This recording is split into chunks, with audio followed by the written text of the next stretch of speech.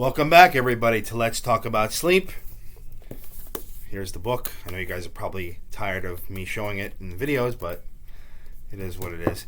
The link to that is in the description box down below if you're so inclined. Please like this video. Please subscribe. When we get to 1,000 subscribers, one lucky viewer will get a signed copy of that.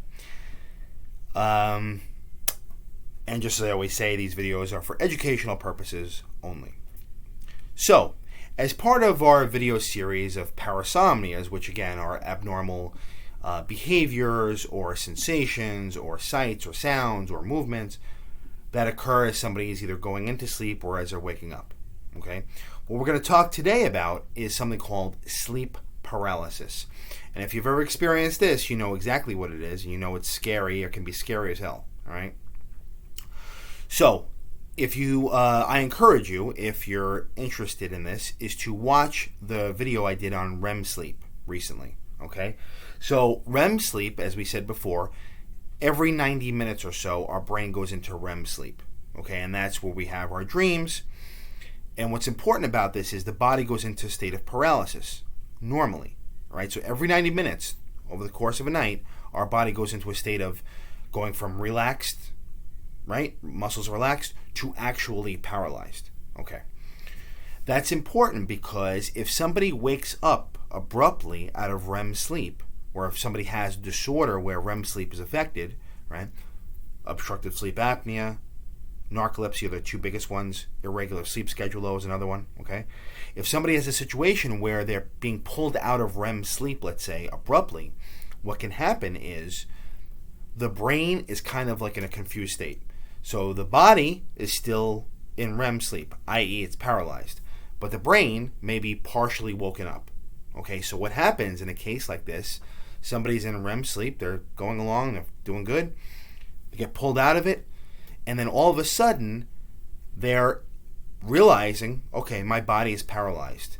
It's a very, very scary sensation. It's happened to me before, and many patients have told me about it. By itself, and then you have to try to break out of it. By itself, it's not a big deal. It's not fun to experience, but it's not a dangerous thing.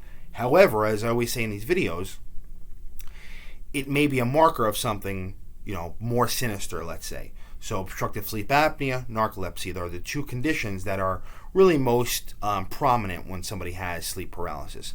But if it happens every now and then, or once a year, or once every 5 years, or it's not a big deal.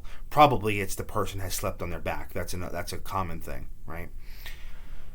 The reason why is because if they have, let's say they sleep on their back and the tongue falls backwards, closes off the airway, kind of puts them in almost a temporary sleep apnea situation. The body kind of jolts awake and they're realizing that they're paralyzed while their brain is partially awake. So sleep paralysis, like I said, by itself it's not a big deal.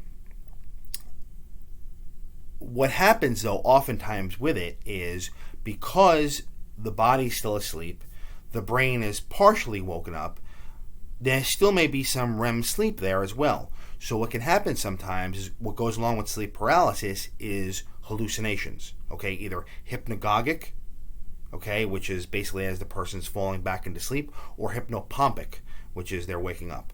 Okay, so they have these hallucinations that occur with sleep paralysis. So the classic example would be, let's say somebody has narcolepsy, they go to sleep, they wake up in the middle of the night, they have a dream that a demon or something is coming at them, and they're paralyzed, right? So not only are they having this fearsome situation, but they can't move, okay? Very scary scenario. And that happens very often for these people, once a week, a couple times a week, right?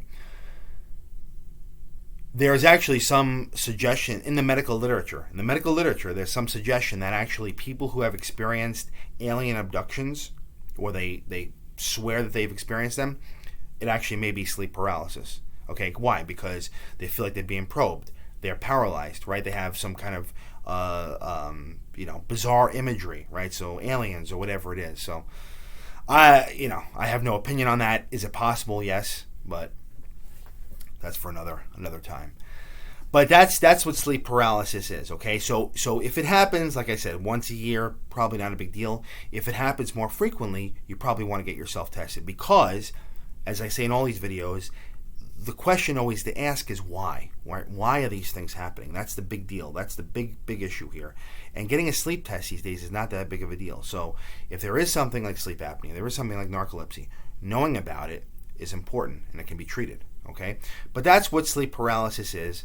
By itself, not a big deal, but it's a marker that something might be going on. Okay, don't sleep on your back. Okay, I always recommend people sleep on their side anyway, in the fetal position. But if you do sleep on your back, especially during a nap, let's say, your tongue may fall backwards and trigger some of this. Okay, especially if it's a long nap.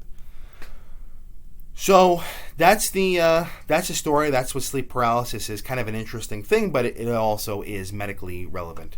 So if you have any questions, please drop them in the comment section. I will get to all of them. I will make usually once a month, I make a video kind of addressing all the questions and comments that are out there. If you're so inclined, my book is available. And if you know anybody who's having sleep paralysis, send them this video, okay?